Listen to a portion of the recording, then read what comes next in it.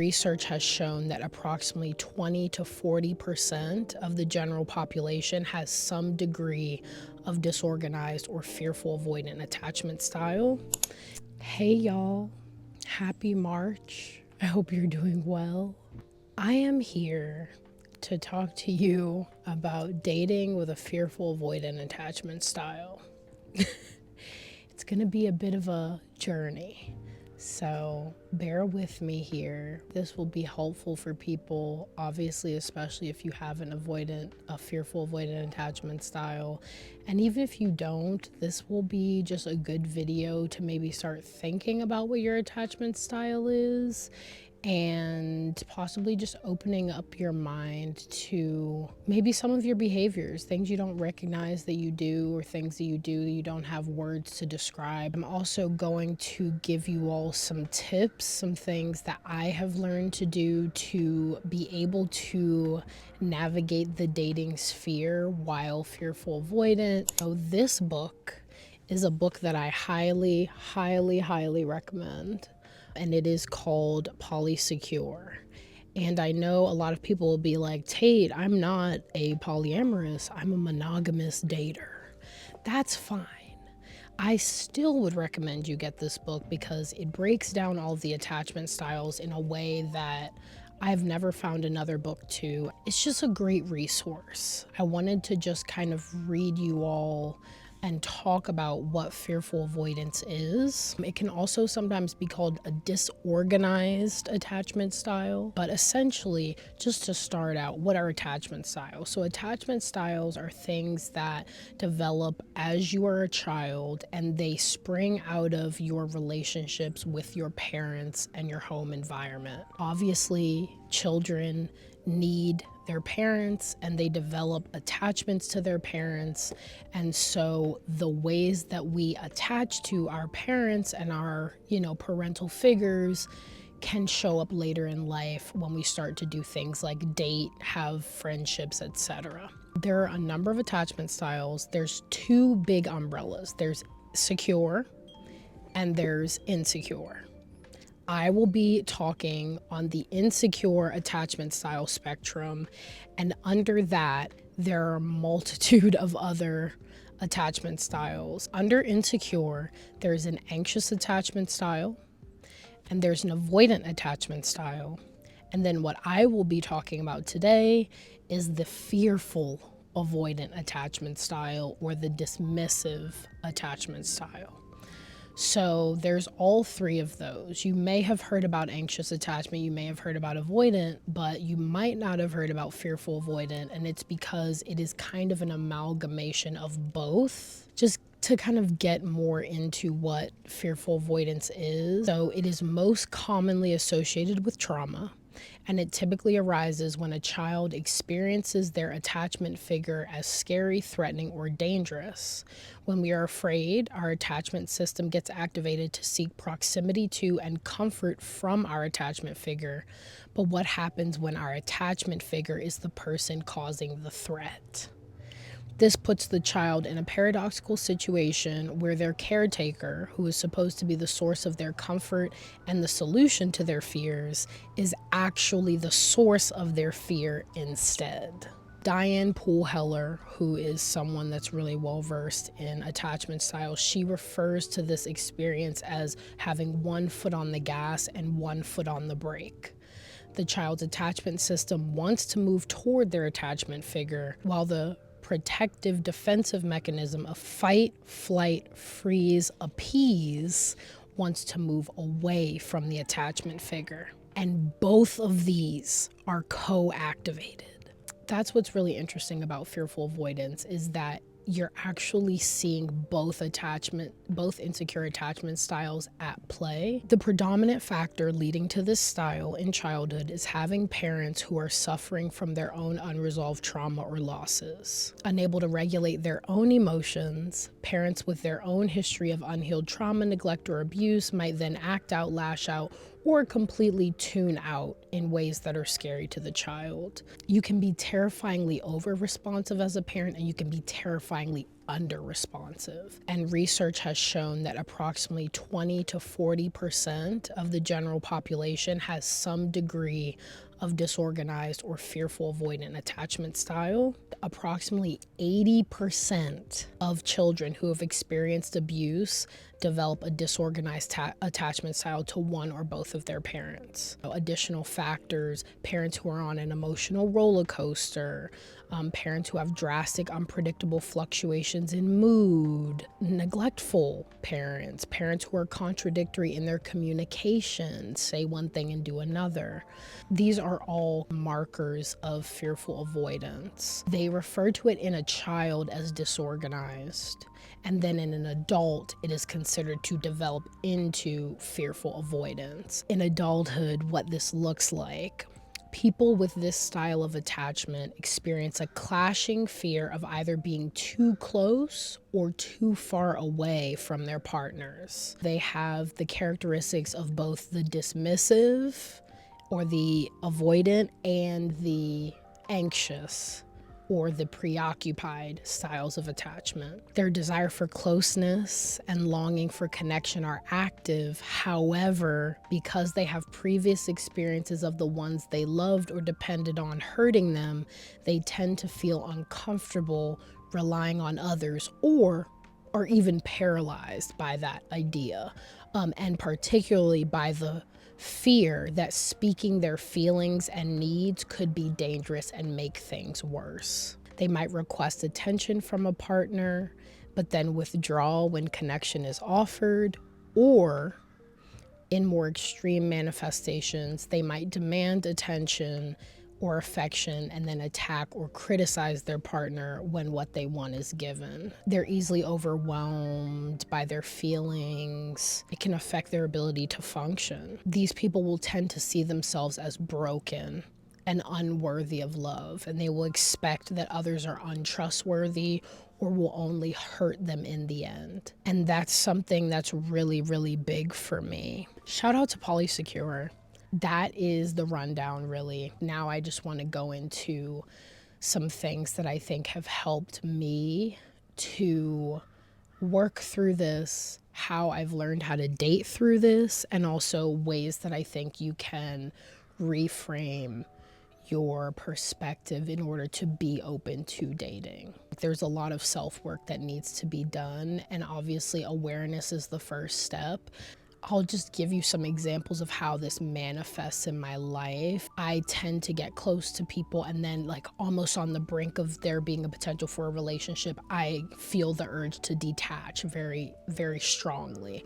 Or I go through these ebbs and flows of wanting to attach and then detaching emotionally and being interested and not being interested. And it can be very volatile. Part of the self-work you're gonna have to do is on a baseline, understanding that you are worthy of love and you are worthy of a healthy love with someone that you care about. And not everyone is going to be there to disappoint you, to hurt you, to have an ulterior motive.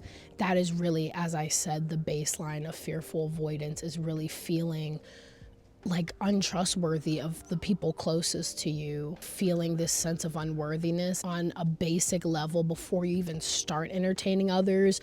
You really have to work through some of that. The love that you seek does exist, and there are people out there that will not take advantage of you and will not be a negative force in your life. It can be easy for someone who's fearful avoidant to self-sabotage by looking for people that aren't interested in what they want. And so my next point is going to be seek out partners that actually are looking for what you're looking for. For example, for a very long time, I got in a bunch of situationships that weren't going anywhere, and I convinced myself I was okay with that, and I also allowed for the space for people that didn't want the same things that I wanted. And in the end, it's self-sabotage, because what happened, I ended up not getting what I wanted. Those people didn't want to commit.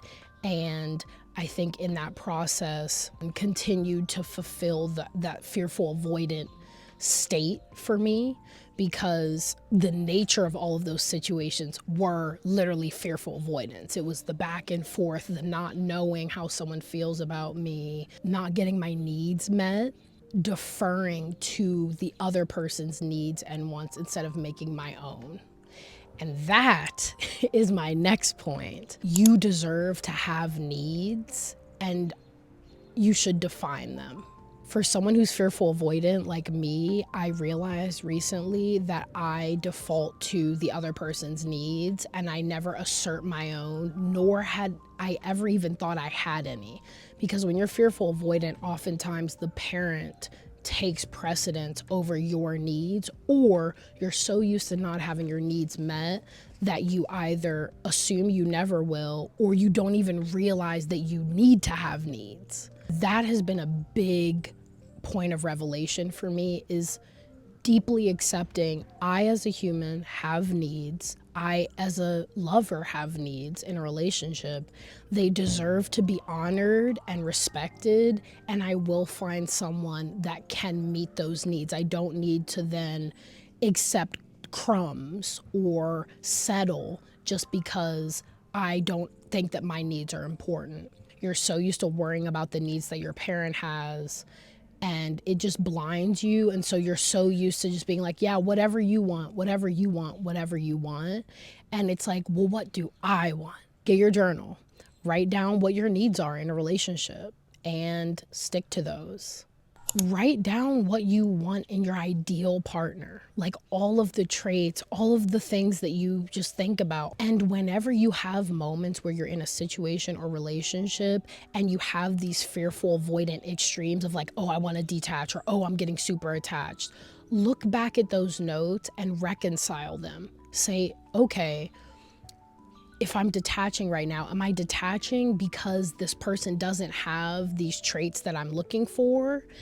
Because if that's not the truth, then you may be self-sabotaging, and then you need to sit with yourself and say, okay, this is my fearful avoidance. I'm detaching because I'm nervous, or because I'm scared, or because I don't know what's going to happen next, or I feel like I don't have control.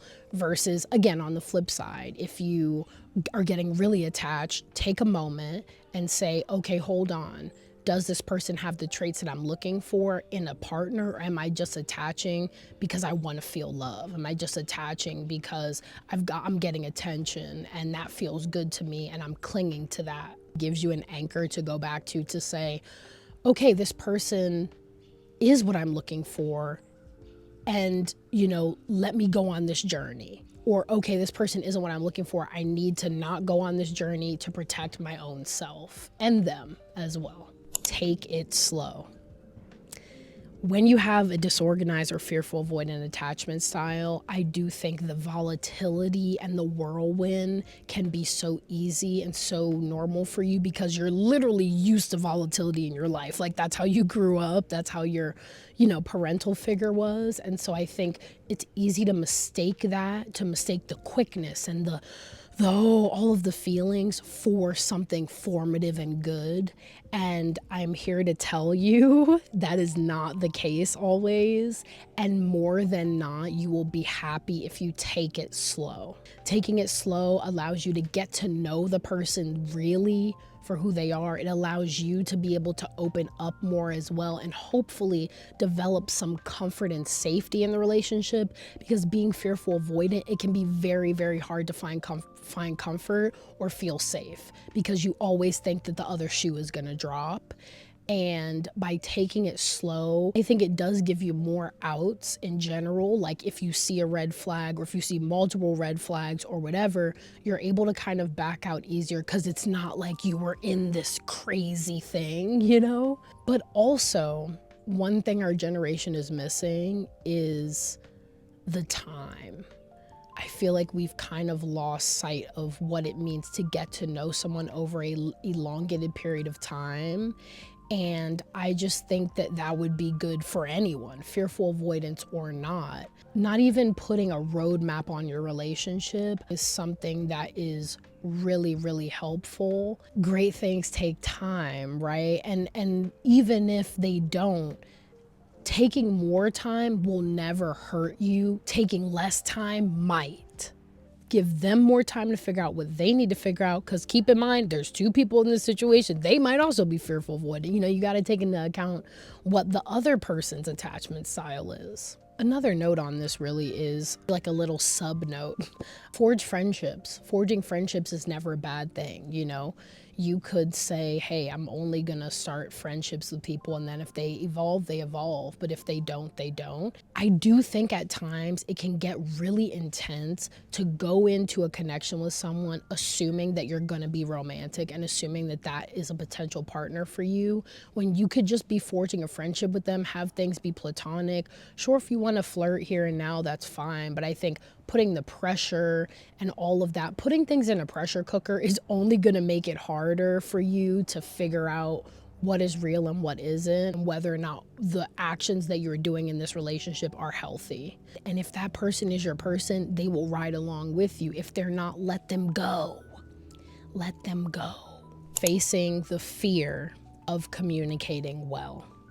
This has been a very hard thing for me. I am not a good communicator. My fearful avoidance has made it so that as soon as I have feelings, I immediately don't show them. I am very avoidant, on the side of avoidance. So like I said, when I start having feelings, I want to detach. When I start feeling like, oh, the energy has shifted, then I detach. Like, it will take nothing for me to detach. Forcing myself to communicate openly and honestly through every step of that process will kill a lot of that, and it has killed a lot of that for me, because it is absolutely terrifying to do. Like, genuinely, I feel like this is the hardest part about being fearful avoidant, is being able to articulate your feelings as you go.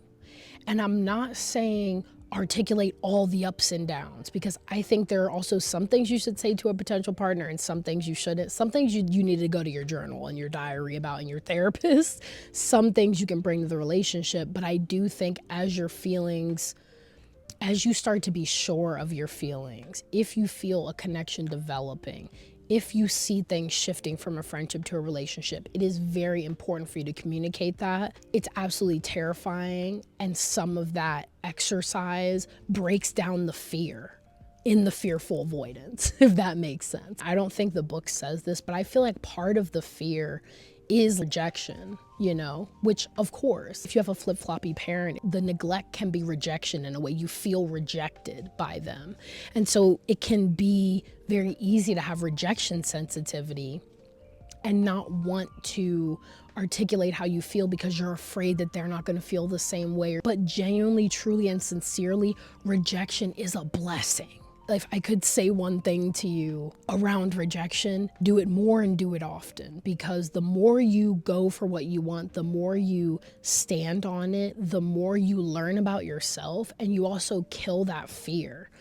Because there's nothing wrong with rejection. The truth is, none of us are going to not be rejected in our lifetimes. And if there are people that do, like, they're very rare. If they rejected you, if they don't align with you, it wasn't meant to be. And I think when you're fearful avoidant, it can be easy to cling on. Like, as soon as you feel a connection, you just cling on and ride it out, even though it's not necessarily for you. And the person might not even be on the same page as you. And those are the times where speaking up, getting that rejection, it will do you better in the long run. The better you communicate, and the sooner, the more time and pain you save yourself in the long run. And at the end of the day, let's be honest, this is my real final thought, I would say. Be 100% yourself around the people that you are exploring romantic relationships with, and allow them to say yes or say no. The biggest thing that I philosophically believe about love is giving people the choice. And how do you give people the choice? By being 100% yourself with them. And I know, right, this goes back to all the you don't feel comfortable, you don't feel safe, like that's what the fearful avoidance is. But I think the more you can push past that to be your true authentic self, to communicate authentically and honestly, to show as much of yourself as you can to your partner, the more you can know that that is real love, because they are showing up to the table every day and they are choosing yes to the truth. They are choosing yes to your honesty. They're choosing yes to who you are. And if you're inauthentic and you're hiding because you're nervous or you're afraid of rejection or you're afraid you don't want the same things, that does not give them the opportunity to say yes or no, because they don't even know that they're experiencing someone that isn't even you. They don't even know that they're not understanding where you're at. They don't know that their information being withheld from them, right? By showing up as your full authentic self, by communicating openly and honestly, even when it's hard and it hurts, and really taking the time to get to know the person and allow them to really truly get to know you, that puts all your cards on the table, and that gives them the chance to say an enthusiastic yes or an enthusiastic no. And same for you, right? If someone shows up as their authentic self 100% of the time, you then have the opportunity to say an enthusiastic yes or an enthusiastic no. Use your tools. Go back to your list of what you want in a partner. Go back to your list of needs and desires. Are your needs getting met? And is this partner measuring up to what you're looking for in a partner? If both of those are no, you gotta go. If both of those are yes, put it to the test, like see where it goes. So now that we have talked about all of these things, I've told you a little bit about myself. Let me know down below what your attachment style is. If you know it, if you're in a relationship, let me know what you and your partner's attachment styles are, and let me know what tip you resonate with the most. Thank you so much for watching. As usual, I love y'all, and I will see you soon. Bye.